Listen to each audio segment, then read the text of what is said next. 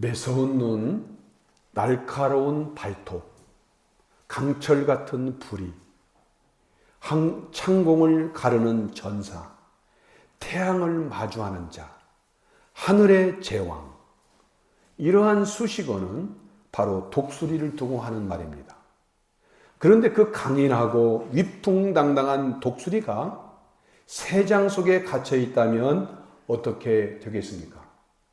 미국 인디언들은 독수리를 잡아 새장에 가두곤 했습니다. 그런데 놀랍게도 이 독수리들은 그 제한된 공간 속에서도 여전히 그 당당함을 잃지 않았다고 합니다.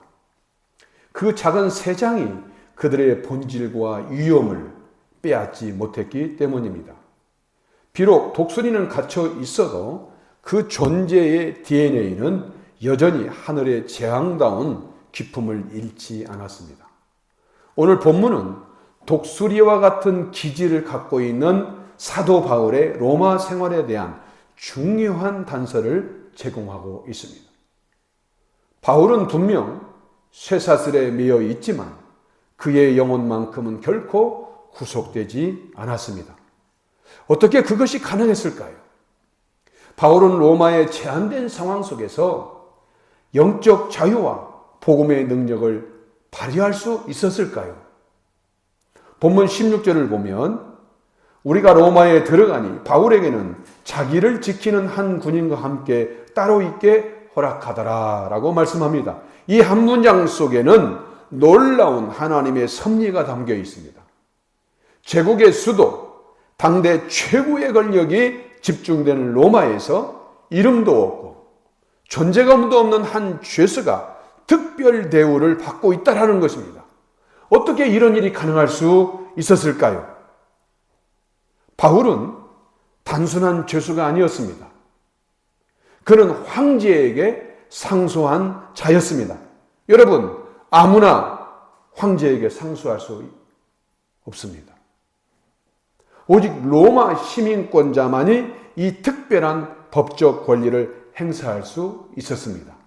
바울은 당시 아펠라티오 아드 카이세렘, 즉 카이사르에게 상소함이라는 법적 절차를 통해 황제에게 직접 재판을 요청한 상태였습니다. 황제에게 상소한 자들이 로마에 도착하면 프레토리움이라 불리는 황제 근위대의 감옥에 갇히게 됩니다. 철장살과 차가운 돌벽으로 둘러싸인 어두운 공간에 감금되는 것이 일반적인 절차였습니다. 그런데 바울에게는 전혀 다른 일이 벌어졌습니다. 바울은 감옥이 아닌 셋집에 머물 수 있는 특권이 주어진 것입니다. 마치 새장문이 열려 독수리에게 좀 더 제한된 자유를 허락한 것과 같았습니다. 이것은 결코 우연이 아니었습니다. 하나님의 섭리가 만들어낸 특별한 상황이었습니다.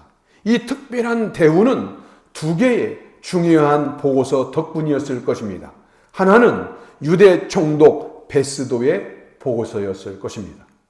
사도행전 25장 25절에는 내가 살피건대 죽일 죄를 범한 일이 없더이다 라고 기록하고 있습니다. 이러한 베스도의 총독 베스도의 보고서가 로마 당국에 전달되었을 것입니다. 또 다른 하나는 호송 책임자였던 백부장 율리오의 보고서였을 것입니다. 항해 중 폭풍우를 만났을 때 바울의 지혜로운 조언과 예언으로 276명의 생명이 구원을 얻었습니다. 멜리데 섬에서 독사에 물렸음에도 불구하고 해를 입지 않은 일과 멜리데 섬의 가장 높은 보블리오의 부치를 치유한 일, 이것은 분명히 율리오에게 깊은 인상과 매우 긍정적인 보고서가 작성되었을 것이 분명합니다. 아마도 이 두 보고서가 로마 당국으로부터 바울에게 특별한 혜택을 주었을 것입니다. 그렇지 않고서야 바울이 셋집에 머무는 특별한 혜택을 받을 근거가 성경에 전혀 나타나 있지 않습니다.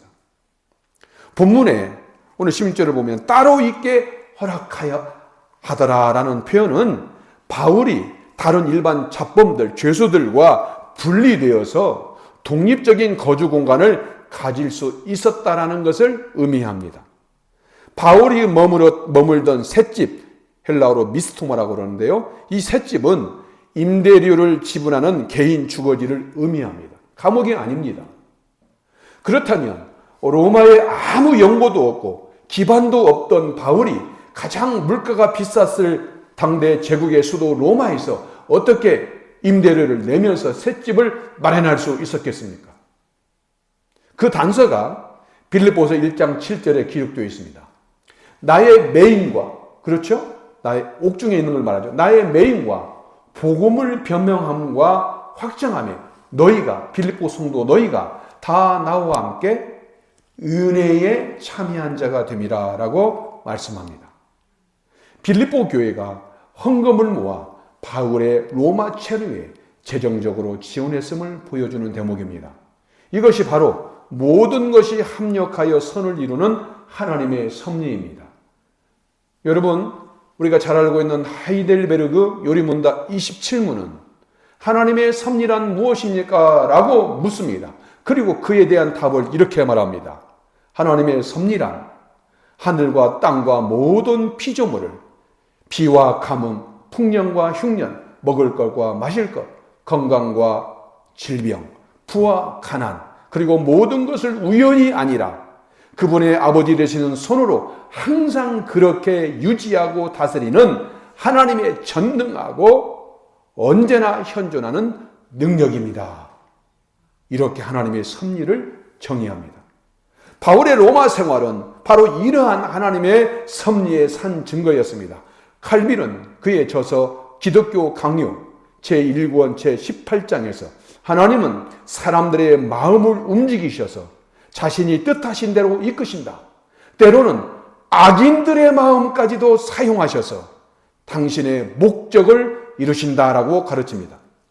로마 관리들의 마음을 움직여, 하나님을 믿지 않는 로마 관리들의 마음을 움직여 바울에게 특별한 대우를 허락하신 것은 바로 하나님의 이러한 주권적 섭리였다라는 것이죠. 하나님은 바울을 위해 베스도 총독, 율리오, 빌립보 교인들을 준비하셨고 그들을 통해 셋집이라는 환경을 준비하셨습니다.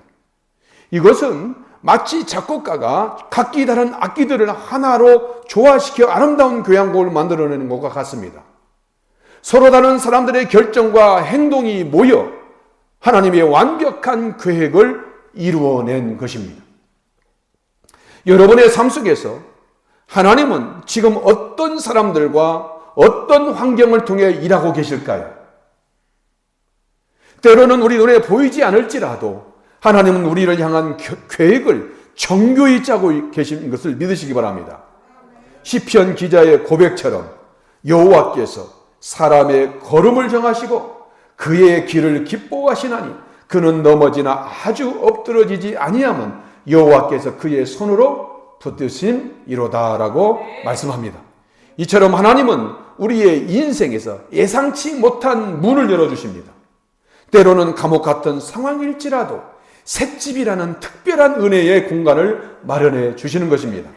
우리의 날개가 접혀 있는 것 같은 상황에서라도 하나님은 우리가 하나님의 뜻 안에서 비상할 수 있는 길을 열어준다는 것입니다. 그러나 바울에게 허락된 셋집이라는 이 특별한 환경에도 불구하고 그는 여전히 완전한 자유를 누리지 못했습니다. 그럼에도 바울은 이 제한된 상황 속에서 더 깊은 차원의 자유를 발견하게 됩니다. 여러분 한번 성경을 봅니다. 사도행전 28장 20절을 한번 보겠습니다. 20절을 보면 다 같이 함께 봉독합니다. 20절 시작. 이러므로 너희를 보고 함께 이야기하려고 청하였으니 이스라엘의 소망으로 말미암아 내가 이 쇠사슬에 매인 바 되었노라. 아멘.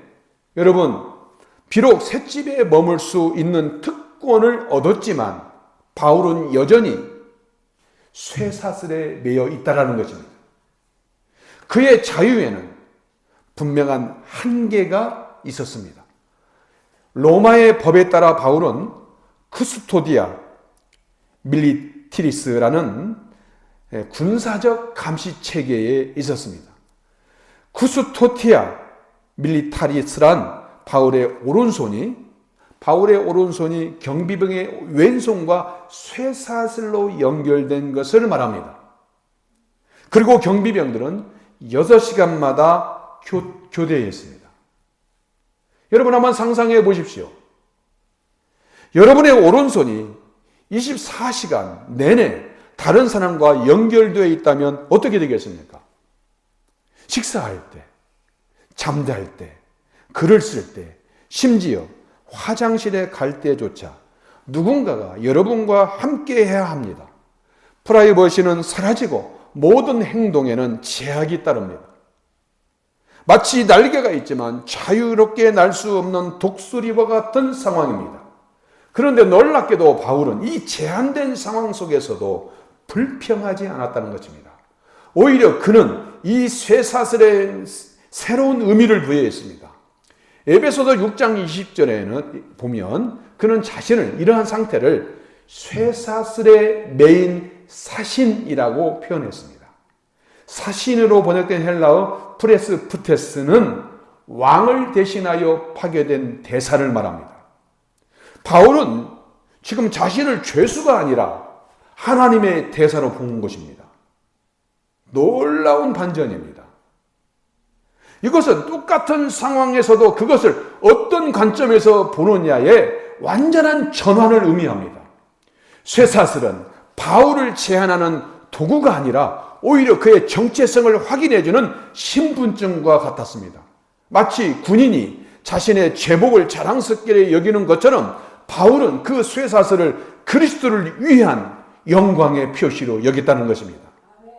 고린도후서 12장 10절을 보면 그러므로 내가 그리스도를 위하여 약한 것들과 능욕과 궁핍과 박해와 권고를 기뻐하노니 이는 내가 약한 그때에 강함이라 라고 말합니다. 이러한 관점의 전환은 쇠사슬조차도 하나님의 섭리 안에서는 축복의 도구가 될 수 있다는 것을 말해줍니다. 실제로 바울의 쇠사슬은 복음 전파의 통로가 되었습니다. 바울은 빌립보서 1장 12절로 14절에서 이렇게 말합니다. 내가 당한 일, 옥중에 갇히게 된 일이 도리어 복음 전파의 진전이 되었고 황제의 근위대 전체와 그 밖의 모든 사람에게 드러나게 되었다라고 말합니다. 주 안에 있는 형제들은 바울의 결박으로 오히려 하나님의 말씀을 더욱 담대하게 전하는 계기가 되었다라고 말합니다. 바울은 쇠사슬 때문에 6시간마다 새로운 로마 군인에게 복음을 전할 기회를 얻었습니다. 쇠사슬에 묶여있기 때문에 어디 벗어날 수도 없습니다. 6시간마다 한 번씩 로마 군인이 교체되기 때문에 하루에 4명, 24시간 4명, 한 달이면 120명의 군인에게 복음을 전할 수 있었습니다. 이것이 쇠사슬의 역설입니다. 제한이 오히려 기회가 된 것입니다. 일반 감옥에 갇혔다면 결코 만날 수 없었을 황제의 근위대에게 복음을 전할 특별한 기회가 주어진 것입니다. 여러분, 제 방에 막힌 물이 깊이를 더해갑니다. 때로는 제한이 더 깊은 영적 가치가 만들어냅니다. 가장 어두운 밤하늘에 별이 더욱 빛나듯 역경이 깊으면 깊을수록 신앙은 더욱 선명하게 드러나는 것입니다. 바울은 이 역설의 원리를 완벽하게 이해하고 있었습니다. 고린도후서 12장 9절을 보면 내 은혜가 네게 족하도다. 이는 내 능력이 약한 데서 온전하여 짐이라 라고 주님의 말씀이 바울의 삶에서 그렇게 위로했습니다. 쇠사슬에 담긴 또 하나의 중요한 의미가 있습니다. 그러한 역설의 전환이 있다면, 관점의 전환이 있다면 또 하나의 중요한 의미가 뭐냐? 바울은 20절에서 이렇게 말합니다. 이스라엘의 소망으로 말미암아 내가 이 쇠사슬에 매인 바 되었노라 라고 말합니다. 여러분, 이스라엘의 소망은 누구를 가리킵니까? 바로 예수 그리스도이십니다. 바울은 자신이 쇠사슬에 매인 이유가 그리스도에 대한 믿음과 복음 전파 때문임을 분명히 밝히고 있습니다. 갈라디아서 2장 20절에서 바울은 이렇게 말합니다. 내가 그리스도와 함께 십자가에 못 박혔나니 그런즉 이제는 내가 사는 것이 아니요 오직 내 안에 그리스도께서 사신 것이라 말씀합니다. 쇠사슬은 바울을 제한했지만 동시에 그리스도와의 깊은 연합을 경험하게 했습니다. 마치 독수리가 새장 안에 있으나 그 영혼은 하늘을 날고 있는 것과 같습니다. 여러분의 삶에도 쇠사슬처럼 느껴지는 제한이 무엇이 있습니까? 그 쇠사슬은 때론 건강일 수도 있고요, 관계의 어려움일 수도 있고요, 경제적 제약일 수도 있습니다. 하지만 바울처럼 그 제한을 하나님의 은혜가 드러나는 기회로 바라보는 관점의 전환이 필요합니다.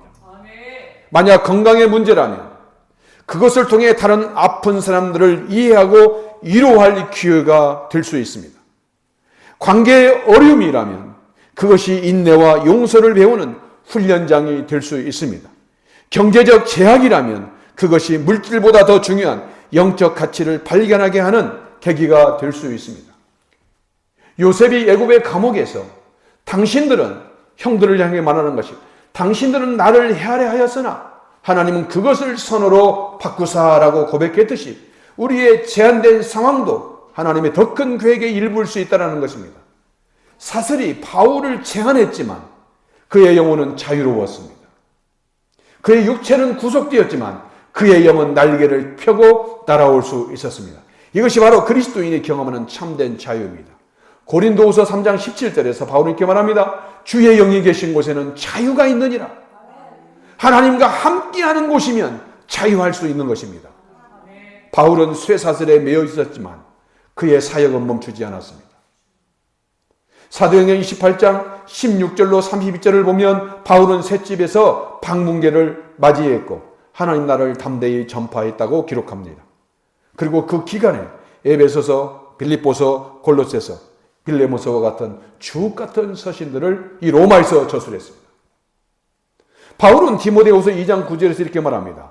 복음으로 말미암아 내가 죄인과 같이 매인 데까지 고난을 받았으나 보십시오. 복음으로 말미암아 내가 죄인과 같이 매이는 데까지 옥중에 갇히는 데까지 고난을 받았으나 하나님의 말씀은 매이지 아니하니라. 바울은 묶였지만 복음은 묶이지 않았다는 것입니다.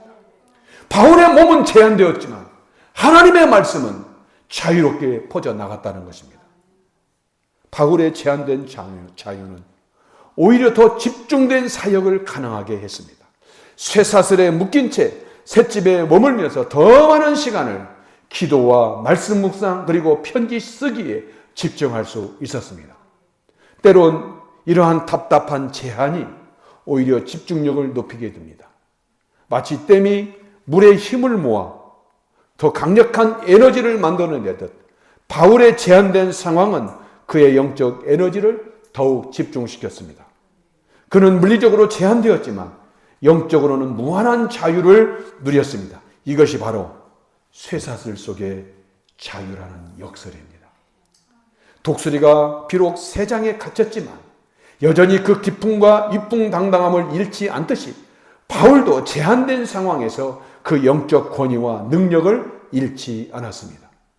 개혁주의 신학자 아브라함 카이퍼는 이렇게 말합니다. 이 세상에서 그리스도께서 이것은 내 것이다라고 주장하지 않으신 영역은 단 한치도 없다. 여러분, 이것이 바로 하나님의 주권에 대한 개혁주의 이해입니다. 바울은 이 진리를 자신의 삶으로 보여주었습니다. 감옥이 되었던, 셋집이 되었던, 쇠사슬이 매여있던 바울은 그곳에서 그리스도의 주권을 선포했습니다. 웨스트민스터 표준 문서인 소요리 문답 제1문답은 사람에게 주어진 첫째가는 목적은 무엇입니까? 라는 질문에 사람에게 주어진 첫째가는 목적은 영원토록 하나님을 영원롭게 함과 즐거워함입니다. 라고 답합니다. 바울은 쇠사슬 속에서도 이 목적을 이루어갔습니다. 그의 제한된 상황이 오히려 하나님을 더욱 영화롭게 하는 도구가 된 것입니다. 우리도 마찬가지입니다. 우리가 어디에 있든지 어떤 상황에 있든지 우리는 그곳에서 하나님을 영화롭게 할 수 있어야 됩니다. 병상에 있어도 기도와 감사로 하나님을 영화롭게 할 수 있습니다. 직장의 어려움 속에서도 정직과 성실함으로 그리스도를 증거할 수 있습니다. 가정의 갈등 속에서도 용서와 화해를 통해 복음의 능력을 보여줄 수 있습니다. 저는 호스피스 사역을 하면서 말기암 환자를 수없이 경험했습니다. 죽음이라는 절대절명의 가장 무서운 상황에서 거기에서 기도하는 사람들을 보았습니다. 거기에서 찬양하는 사람을 보았습니다. 엎어져서 기어가면서 예배 시간에 나오는 사람을 보았습니다. 여러분, 우리는 어떠한 상황에서든지 하나님께 영광을 돌려야 한다는 이 목적은 변함이 없습니다. 하나님은 바벨론의 포로로 잡혀간 이스라엘 백성들을 향해 너희는 내가 사로잡혀 가게 한 그 성읍의 평안을 구하고 그를 위하여 여호와께 기도하라. 에레미야 선지자를 통해 말씀하셨습니다. 가장 지나한 말입니까? 포로로 끌려왔는데 모든 것을 잃었는데 부모 형제가 죽었는데 머나먼 타국에 포로로 끌려왔는데 아니 그 바벨론의 성읍의 평안을 위해서 기도하라고요? 그들을 위해서 기도하라고요? 말이나 되는 얘기입니까? 어떤 제한적 상황 속에서도 어떤 상황 속에서도 하나님의 뜻을 구하고 하나님의 영광을 위해 살라는 말씀입니다. 우리는 이것 때문에 불만하고 저것 때문에 불평합니다. 그러나 그렇지 않습니다. 바울은 풍랑을 만나든 감옥에 갇히든 셋집에 있든 쇠사슬에 매이든 하나님의 영광을 구했습니다. 성도 여러분, 오늘 우리 중에 누군가 답답한 제한과 어려움이 있다면 본문 말씀을 통해 그것을 새로운 시각과 관점으로 바라보는 역설의 전환이 되길 바랍니다. 그것은 하나님께서 여러분 안에서 그리고 여러분을 통해 더 큰 일을 이루실 기회가 될 수 있다는 사실을 믿으시기 바랍니다. 여러분의 쇠사슬이 바로 하나님의 능력이 드러나는 기회가 될 수 있습니다. 바울의 로마 생활은 놀라운 역설로 가득합니다. 그는 갇혀 있으면서도 자유로웠고 묶여 있으면서도 복음을 거침없이 전했으며 제한되어 있으면서도 교회 역사상 가장 위대한 서신서들을 저술했습니다. 이것이 쇠사슬 속의 자유라는 역설입니다.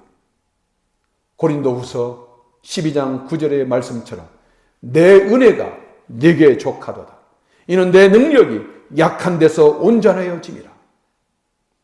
하나님의 능력은 우리 약함 속에서 완전해집니다. 여러분, 오늘 말씀을 통해 우리가 배울 수 있는 영적 교훈이 뭡니까? 첫째, 하나님의 섭리는 어떤 상황도 다스린다는 사실입니다. 바울이 감옥 대신 셋집에서 지낼 수 있었던 것은 우연이 아니라 하나님의 세심한 섭리의 결과였습니다. 베스도의 보고서, 율리오의 보고서, 빌립보 교인의 헌금, 이 모든 것이 하나님의 손에서 조화롭게 움직여 바울에게 특별한 환경을 제공한 것입니다. 여러분의 삶에도 하나님은 지금은 세심하게 개입하고 계십니다. 혹시 여러분이 사장 같은 상황에 있다고 답답하게 느껴지더라도 그 세 장을 디자인하신 분은 하나님이심을 기억하시길 바랍니다. 두 번째, 제한된 상황도 영적 성장의 기회가 될 수 있다는 것입니다. 바울에게 쇠사슬은 장애물이 아니라 그리스도와의 더 깊은 연합을 경험하는 도구였습니다. 그것은 또한 로마 군인들에게 복음을 전하는 놀라운 기회였습니다. 여러분의 삶에 있는 쇠사슬이 무엇입니까? 건강의 문제, 재정의 어려움, 인간관계의 갈등입니까? 이 제한된 상황을 영적 성장의 기회로 삼으려면 구체적으로 어떻게 해야 하면 될까요? 매일 제한된 상황 속에서도 감사를 찾아야 됩니다. 그 상황에서 배울 수 있는 영적 교훈을 묵상해야 됩니다. 또한 비슷한 어려움을 겪는 사람들을 위로하고 격려할 방법을 찾아야 합니다. 그리고 그 상소에서도 할 수 있듯 하나님 나라를 위한 사역에 집중하는 것입니다. 세 번째, 참된 자유는 외적 환경이 아니라 내적 상태에서 비롯된다는 것입니다. 바울은 쇠사슬에 묶여 있었지만 그의 영혼은 자유로웠습니다. 그는 자신을 죄수가 아닌 하나님의 대사로 여겼습니다. 이것이 바로 그리스도인의 자유입니다. 그렇다면 참된 자유는 어떻게 경험할 수 있을까요? 자신의 정체성을 환경이나 상황이 아닌 그리스도 안에서 찾을 때 참된 자유를 경험할 수 있습니다. 요한복음 8장 36절에서 예수님은 아들이 너희를 자유롭게 하면 너희가 참으로 자유하리라 라고 말씀하셨습니다. 복음의 진리를 깊이 묵상하고 그것을 자신의 상황에 적용할 때 자유를 누릴 수 있는 것입니다. 성령님의 인도하심에 민감하게 반응하고 순종할 때 더 큰 자유를 경험하게 됩니다. 우리가 삶에서 마주하는 모든 제한과 쇠사슬은 사실 하나님의 더 큰 목적을 위한 도구일 수 있다는 것입니다. 바울은 그의 쇠사슬을 통해 오히려 더 깊은 자유를 만끽했습니다. 그는 외적으로는 제한되었지만 내적으로는 그 어느 때보다 자유로웠습니다. 그의 영향력은 로마의 쇠사슬을 넘어서 2000년이 지난 오늘 지금까지 우리에게까지 미치고 있습니다. 이것이 바로 하나님의 역설적 섭리입니다. 여러분의 삶 속에 메인 쇠사슬을 바라보는 관점을 바꿔보시길 주님의 이름으로 권면합니다. 그것은 여러분을 제한하는 장애물이 아니라 오히려 하나님의 은혜가 더 풍성히 드러나는 교회가 될 수 있습니다. 마치 검정 잉크가 종이에 제한되어야 흰 여백과 검정 글씨가 아름답게 조화되듯이 여러분의 제한된 상황도 하나님의 손에서는 아름다운 작품이 될 수 있다는 것입니다. 바울이 쇠사슬 속에서도 내게 능력 주시는 자 안에서 내가 모든 것을 할 수 있느니라 라고 고백했듯이 우리도 모든 제한 속에서 그리스도의 능력을 경험할 수 있기를 주님의 이름으로 축복합니다. 기도합니다. 하나님, 사도는 쇠사슬 속에 매여 있었지만 그는 그 환경을 원망하거나 불평하지 않았습니다. 새로운 관점으로 그는 복음을 전할 수 있는 계기로, 자신과 묶여있는 로마 병사들에게 복음을 근위되게 전할 수 있는 계기로, 또 오히려 쇠사슬에 매인 것이 도리어 하나님의 영광을 더 많이 드러낼 수 있는 선명함으로 자신의 정체성과 신분으로 더 돋보이게 하였습니다. 오늘 사랑하는 성도들에게 있는 쇠사슬이 무엇입니까? 우리의 삶을 억압하고 조금 답답하게 하고 괴롭게 하는 그러한 쇠사슬이 무엇입니까? 제한된 영역이 무엇입니까? 관계입니까? 물질입니까? 하나님, 어떤 것입니까? 이 시간 우리 사랑하는 성도들이 관점을 어떻게 보느냐, 어떻게 역설의 원리로 전환하느냐에 따라 사도와 같이 위대한 일생을 살 수 있다는 사실을 다시 한번 깨닫고 발상의 전환, 관점의 전환, 쇠사슬 속에서의 무한한 자유를 누릴 수 있는, 하나님 나를 더 드러내고 돋보이게 할 수 있는 귀한 사역을 더 많이 감당했던 그러한 역설의 원리가 우리 모두에게 있게 해 주시옵소서. 예수님 존귀하신 이름으로 간절히 기도드리옵나이다. 아멘.